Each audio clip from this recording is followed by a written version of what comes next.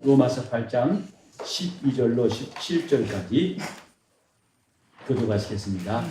그러므로 형제들아 우리가 빚진 자를 돼 육신에게 져서 육신대로 살 것이 아닙니다. 너희가 육신대로 살면 반드시 죽을 것이되 영으로서 내 행실을 지니는 살이니 무릇 하나님의 영으로 인도함을 받는 그들은 곧 하나님의 아들이라. 너희는 다시 무수한 죄의 영을 받지 아니하였고 양자의 영을 받았으므로 아바 아버지라 부르짖느니라. 성령이 친히 우리 영으로 더불어 우리가 하나님의 자녀인 것을 증거하시나니 자녀는 또한 사사 곧 하나님의 사요 그리스도와 함께 함사니 우리가 또한 함께 영광을 받기 위하여 하나님과 함께 받아야 될 것입니다.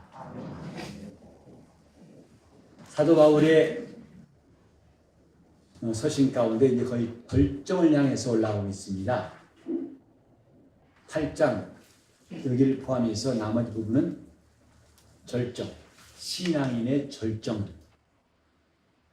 저 죄의 골짜기에서 죄 가운데서 방황하고 또 죄가 무엇인지 깨닫고 한 다음에 그 죄와 싸우려고 끝없이 곤고하고 지칠 수밖에 없는 그런 상황에서 드디어 이제는 이걸 이기고 나서 곧 지금까지 육신에 매여 살다가 이제는 성령으로 살게 된 엄청난 변화, 정말 가장 드라마틱한 변화가 8장부터 시작되는데 그것이 끝이 아니다 이 말이죠. 그 다음 무엇이 남았냐? 이제 정상이 다 보입니다. 예수 믿는 사람들이 왜 소망하지라고 할까? 만약에 지금 우리가 갖고 있는 것이 전부다고 우리가 아는 게 전부다란다면 소망이 필요 없겠죠. 남아있는 게 없다면 소망이 필요 없겠죠. 바울도 말했어요. 다만 우리가 바라는 것이 금생뿐이면 우리는 가장 불쌍한 사람일 것이다. 그러나 우리는 부활과 함께 하나님이 예비하신 내세가 있다는 것을 알기 때문에 그래서 소망이 있는 거 아니겠습니까? 그냥 소망은 희망 주는 게 아닙니다. 희망은 잘하면 고문 될 수 있어요. 희망 고문이란 말이죠. 소망은 희망이 아닙니다. 이미 성경에도 믿음이 뭐냐? 바라는 것들의 실상이다. 우리가 사모한 것들이 꿈으로 끝나지 않고 희망상으로 끝나지 않고 그건 반드시 그렇게 될 것이기 때문에 소망하라는 것입니다. 다 잡시다. 소망과 희망은 다르다. 소망과 희망은 다르다. 희망은 보장이 없어요. 다만 원하는 것, 원할 뿐이에요. 그러나 소망은 반드시 될 것을 기다리는 것이 소망이에요. 우리가 지금 구원을 받고 나서 영적 생활을 하는데 아니 다 구원받는데 무슨 영적 생활이 필요합니까? 우리에게는 소망이 있어요. 구원받은 자들에게 하나님이 주실 것에 대한 소망이 있다 이 말이죠. 그래서 우리 신앙은 항상 진행형입니다. 항상 똑같은 일을 반복하는 것이 아니라 첫 바퀴 돌듯이 똑같은 일을 거듭 반복하는 게 아니라 진행형이에요. 한 걸음 한 걸음 걸을수록 점점 우리는 앞으로 나아가겠다는 사실을 알아야 됩니다. 이제 하나님의 자녀까지 어디서부터? 죄에 빠져서 마귀의 자녀로부터 진노의 자식으로부터 하나님 자녀까지 엄청난 변화를 경험한 사람들, 로마서 8장 1절과 2절에 말했던 것처럼 그런 적 이제는 예수 그리스도 안에 있는 자에게는 결코 정죄함이 없나니 이는 예수 그리스도 안에 있는 생명의 성령의 법이 죄와 사망의 법에서 너를 해방하였습니다. 연극에서 1막과 2막이 확실히 달라지듯이 인생의 1막에서 2막 정도가 아닙니다. 금세와 내세를 구별할 수 있는 엄청난 변화가 우리에게 주어진 거죠. 에베소 2장 1절에 이런 말씀이 있죠. 너희의 허물과 죄로 죽었던 너희를 하나님이 예수와 함께 살리셨다. 죽었던 너희가 하나님이 살리신 사람 되었다. 여러분, 이런 극적인, 아마 우리 살면서 이런 극적인 것이 또 있을까요? 곧 지옥에서 천당이라는 이 변화만큼 극적인 또 있겠습니까? 로또 아무리 맞아봤자, 인생 역전 수백 번 수천 번 해봤자 이런 드라마가 없을 겁니다. 지옥 생활에서 천국 생활. 예수 말씀하시기를 내가 진실로 진실로 내게 이르노니 내 말을 듣고 나 보내신 이를 믿는 자는 영생을 얻었고 심판에 이르지 아니하나니 사망에서 생명으로 옮겼느니라. 우리는 A에서 B까지, 그 A에서 B까지라는 사실이 우리 신앙인에게는 간증같이 있어야 됩니다. A에서 B까지. 금세에서 내세까지. 이런 신분을 얻은 사람들이 하나님의 자녀인데 그는 하나님의 후사라, 곧 그리스도와 함께한 후사라, 곧 상속자라 하는 것을 지난 시간에 들었습니다. 예수 믿는 사람들, 곧 자신이 하나님의 자녀가 되었다는 것은 나는 이제 상속자라는 것을 기억해야 됩니다. 그리고 상속하기 위해서 남은 일이 무엇인가에 관심을 가져야 되겠죠. 가만히 있으면 되는 것이 아니라 본문 17절에도 그냥 있으면 절로 되는 것이 아니라 상속하기 위해서 우리에게 무엇이 남아있는가 이것을 말씀하고 있습니다. 상속자, 자, 따라합시다. 예수 믿는 나에게는 하늘을 상속할 약속이 있다. 이것이 남아있기 때문에 우리가 소망 가지라는 거예요. 구원받을 소망 가지란 말이 아닙니다. 나에게는 엄청난 소망이 있다. 뭐냐? 하나님이 나를 자녀로 삼으실 뿐만 아니라 하나님 나라의 후사.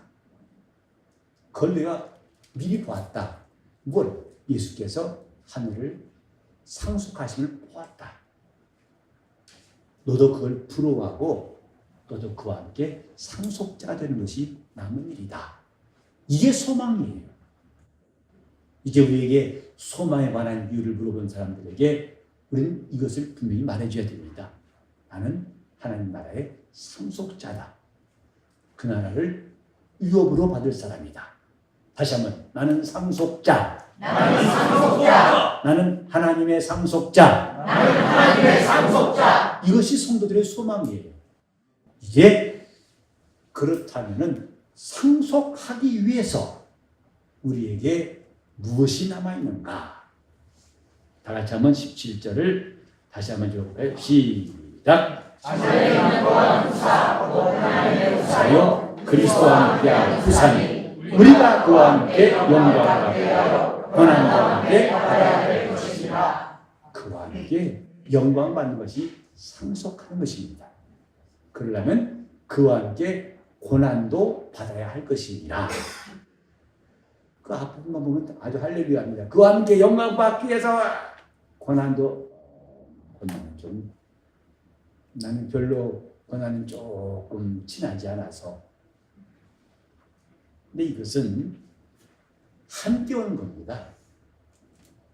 고난과 영광은 뗄래야 뗄 수가 없는 것이다. 손바닥의 양면 같아서 나는요 손 안쪽만 좋아하고 겉등은 안 좋아 이런 사람 없죠.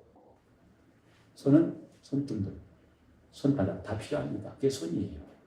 그렇게 고난과 영광은 뗄래야 뗄 수 없고 우리가 보통 신앙생활할 때 그런 말 하죠. 우리 앞에 하나님의 뜻이 임했을 때 그 순간에 우리는 위기를 피할 건가 말 건가. 하나님의 뜻은 반드시 위기와 함께 와요. 그분이 내게 맡기신 일을 위기 없이 온 적이 없어요. 섭리는 항상 위기와 함께 온다. 그러려면 이 위기를 피할 거냐? 피하면 하나님의 뜻을 받아들일 수 없는 것이고 그걸 피하지 않으면 믿음이 필요하다 이 말이에요. 섭리와 위기는 항상 함께 오듯이 고난과 영광은 항상 함께 온답니다. 그 어떤 사람이 이 구절을 읽으면서 영어로 표현하기 참 재밌어요. 발음이 비슷하죠. No cross, no crown. 크라운은 왕관, 영광을 말하는 것이고 크로스, 십자가입니다.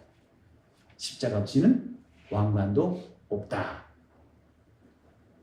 그와 함께 영광을 받기 위해서는 고난도 함께 받아야 할지니 그걸 우리 앞에 확실히 보이신 분이 주님이세요.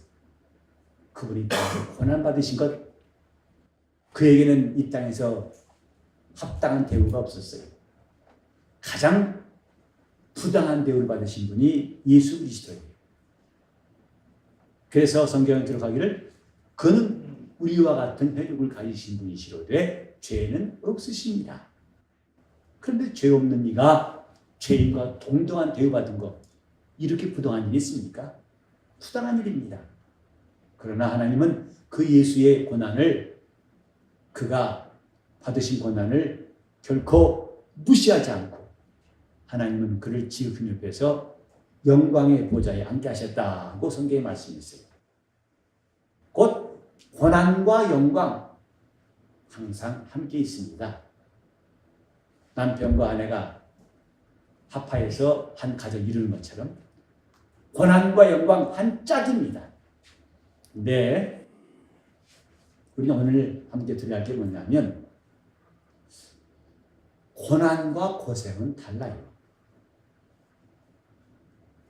둘 다 괴로운 건 맞습니다. 고생도 괴롭고 고난도 괴로워요. 고난받으면서 기쁜 사람이 있습니까? 제가 지난 주간에 그 페이스북을 통해서 나이지리아에 있던 이슬람 마을에서 예수를 전하다가 목사 한 사람하고 성도 3사람이 현장에서 그 주민들에 의해서 맞아 죽고 그 다음에 마지막에 불태워 죽였어요. 그 순교 영상을 한 6분짜리인데 제가 오늘 같이 볼까 했었어요. 하도 그 마음에 충격이 와가지고 그냥 똑같은 아프리카의 어떤 시골 마을입니다. 근데 구덩이 파놓고 사람을 그다 넣어서 막 발로 쳐가지고 나오려니까 날아가서 그를 쳐가지고 넘어뜨리고 나오면 또 발로 차고 내려 때리고 일단 그게 불질렀어요. 그들이 다 죽을 때까지. 그들은 예수를 전하다가 그런 고난이 있지만은 전혀 고난을 피하려고 하지 않고 믿음을 지킴으로 순교했어요. 나중에 그 타버린 시신 보니까요. 참 우리가 지금 주를 믿는 게 뭘까 한번 생각해보는 기회가 되었어요. 저렇게 믿음을 지킬 만한 가치가 있는 것일까? 아마 대부분 사람들은 그런 걸 보고서 어리석다고 할지 몰라요. 왜 저렇게 비련하지? 그러나 그들뿐만 아니라 우리 앞에 많은 선진들은 지금 가는 이 길이 영광의 길이라는 것을 믿어 의심하지 않았기 때문에 고난이 올지라도 그들은 고난을 사용하지 않았습니다. 보니까 사람들이 막 여러 사람이 때리고 발로 차고 구덩이에 집어넣고 마침내 그 나무까지 갔다가 불을 댕겨가지고 그들을 다 태워 죽이는데 아마 그거 가운데 목사 같아요. 그분은 그냥 불이 다 타올라도 가만히 있더라고요. 한가하지 않고. 고난도 괴롭고 고행도 괴롭습니다. 고생입니다. 다 괴롭습니다. 근데 우리의 차이는 엄청나게 달라요. 성경에도 근심 중에 2가지가 있는데 하나는 주의 뜻대로라는 근심이 있고 육신의 근심이 있다고 했어요. 육신의 근심은 사망을 이루지만은 하나님 뜻대로라는 근심은 후회할 것이 없는 회개에 이르는 그 유익한 근심이다라고 했죠. 오늘 이 본문에 그리스도와 함께 영광 받기 위해서 고난도 함께 받아야 한다 할 때 이 고난을 단지 괴로움으로만 한다면 괴로움으로만 받아야 된다면 우리는 고생과 고행과 분리가 안 돼요. 하지만 일반적으로 말하는 고생 혹은 종교인들이 말하는 어떤 목적을 두고 수행할 때의 고행, 고생과 고행, 이것은 육체에서 영으로 이런 방향이 있습니다. 곧 육신이 고통당한 그것은 나중에 영원히 책임져야 한다 이 말이죠. 그래서 이것은 육체가 벌려놓은 일들을 영원히 수습해야 되는 참으로 불행한 일이에요.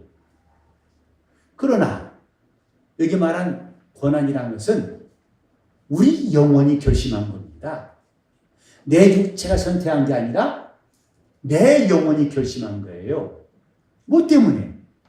하나님 나라의 후사될 약속이 있기 때문에 나는 이 길을 가리라 하고 영혼이 선택했기 때문에 그 결과 육신이 괴로움을 당해요.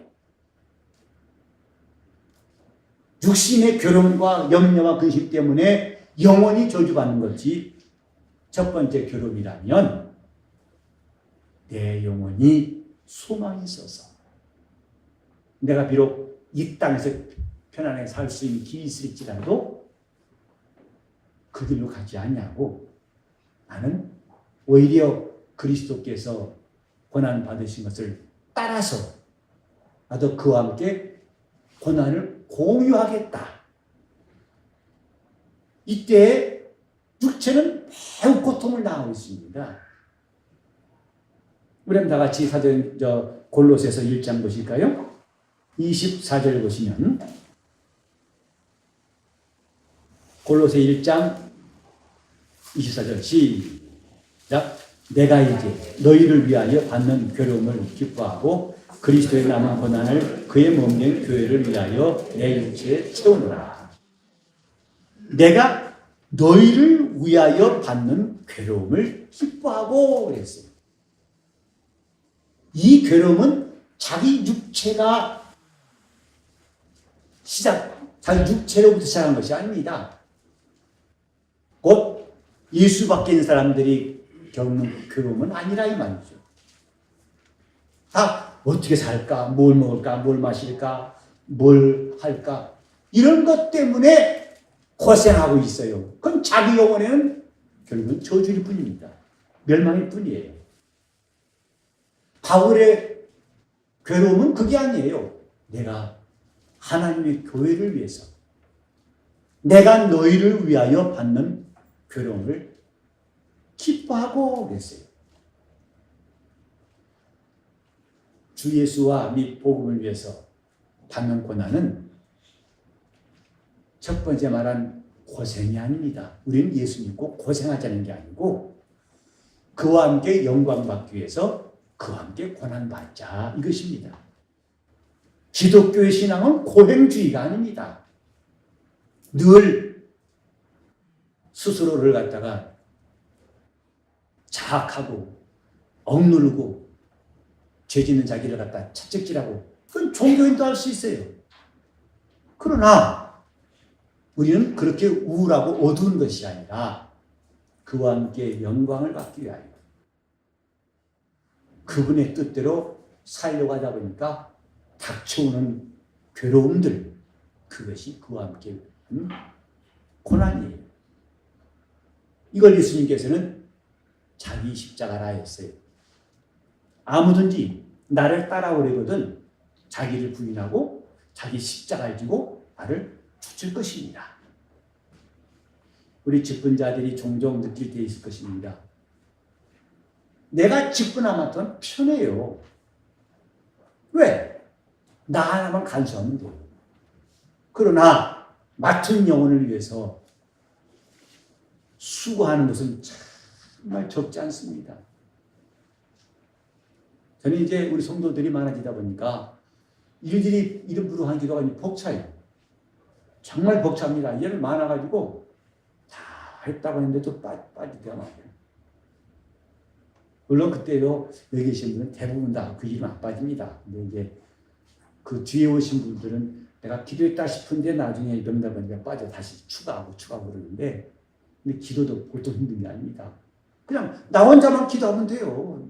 나 혼자만 내 직분함만 듣다가면 주여 내가 그저 신앙생활 잘하게 하시고 올바른 길 가게 해주소서, 바른 길 가게 하시고 의의 길 인도하시고 하면 된다고요. 그러나 이제는 직분을 맡다 보니까 내가 위해야 할 사람이 생겼어요. 내가 돌아볼 사람이 생겼어요. 저는 직분자들이 가진 것은 물론 사람의 능력에 따라서 일을 잘하는 사람도 있고 셀장으로서 일이 좀 부족한 사람이 있어요. 그러나 그건 능력의 차이 있다고 합시다만은 가장 기본적인 뭐냐면 위에서 기도하는 겁니다. 그건 공통이에요. 그건 기본입니다. 그 영혼을 위해서 기도하고 만날 때 일주일에 한 번 만나지만은 그러나 계속 기도하고 사도 바울이 저 에베소 교회를 위해서 계속 기도한 것처럼 또 내가 기도할 때만 너희를 말하노라 한 것처럼 그게 돌아보는 첫 번째 일이에요. 기도하는 겁니다. 그 영혼의 상태를 그 영혼이 어떻게 되어 있는가를 그 살피는 것부터가 모든 사역의 시작이에요. 현황 파악이 안 된다면 무슨 말을 해야 할지 어떻게 할지 우리는 아무도 탁상 공론이고 이론에 불과한 것입니다. 현황 파악이 돼야 됩니다. 팀장은 그 팀의 현황 파악이, 셀장은 셀의 현황 파악이, 셀원들이 어떻게 움직이고 있는지를 손바닥 보듯이 알고 있어야, 목사보다 더 잘 알고 있어야 그래야 셀장으로서 일할 수 있습니다. 이게 내 짐이에요. 바울이 말했처럼 내가 이제 너희를 위해 받는 괴로움, 이 괴로움은 주님과 함께 고난받는 것입니다. 주님은 이 일을 맡기셨어요. 바울도 내가 그리스도의 남은 고난을 내 육체에 채우노라. 나 혼자 믿으면 참 편해요. 그러나 직분이 점점 많아질수록 맡긴 영혼이 많아질수록 바빠집니다. 힘들고 버겁습니다. 오늘 괴로움이 어디서부터냐? 내 영혼에서 시작돼서 그 육체가 그걸 따라가려니까 괴로운 것이냐? 아니면 내 육체가 겪고 육체가 욕심이고 육체가 하고 싶은 것 때문에 힘들어 결국은 그 괴로운 결과가 영혼에 미치느냐? 이 차이는 천당과 지옥 차이입니다.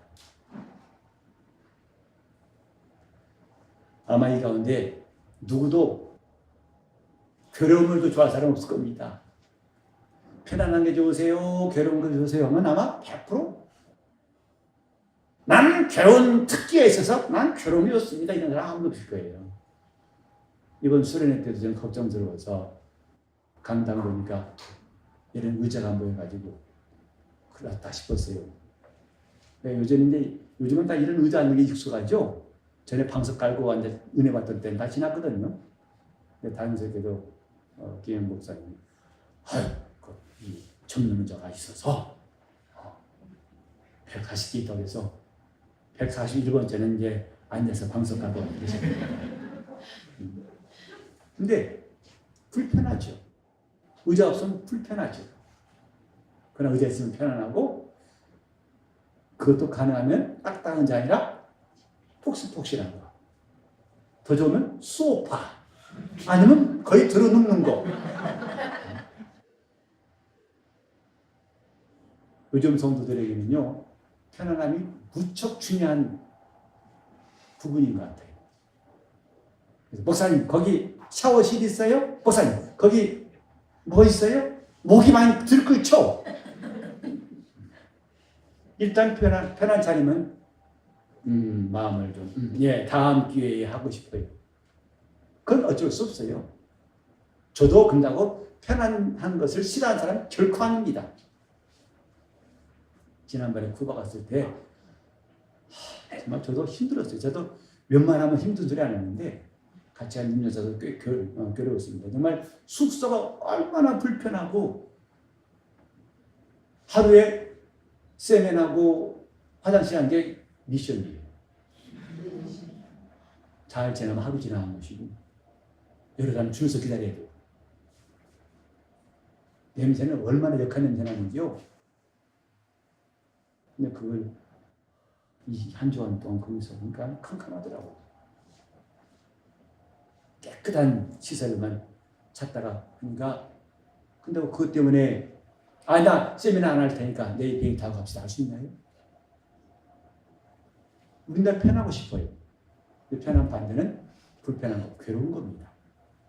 근데 오늘날 우리는 그 괴로움의 종류를 분별할 수 있도록 내 육체에서 시작되어서 그 결과가 영혼의 어두운 그림자를 덮치는 그런 괴로움인지 곧 예수 없이 소망 없는 괴로움인지 아니면 나는 얼마든지 내 스스로가 이런 불편함을 피할 수 있지만 내 영혼이 선택이 있기 때문에 육체가 받는 괴로움 우린 그것은 기쁘게 여기자. 왜?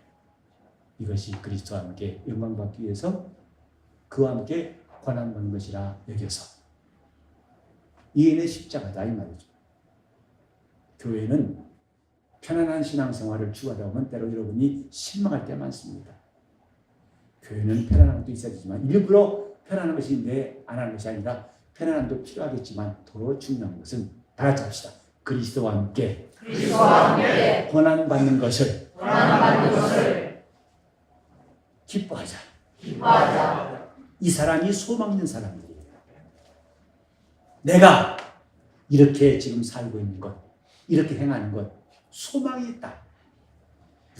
내 육신을 오히려 정리하고 자, 좀만 참아라. 좀만 더 가자. 그러면 이 육신을 벗고 주님이 주신 새 옷 입고 영생에 들어갈 때가 다가오지 않느냐. 조금만 더 힘내자. 내 영혼아 용기를 내라. 힘내자.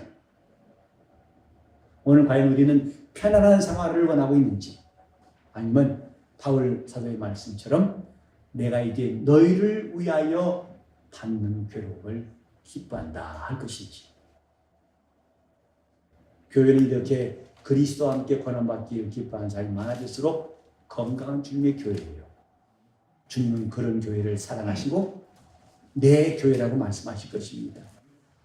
주님의 고난을 부끄러워하지 않고 나도 그리스도와 함께 고난받고 싶습니다. 곧 내가 이 사람들을 위해서 받는 괴로움을 나도 기뻐하겠습니다. 멀리 갈 것도 없이 우리는 여러분 맡은 직분부터가 쉽지 않은 일인 줄 알고 계시지 않으면 그것을 감당할 때는 결코 편리함이 아니라 괴로움이 더 많을 겁니다.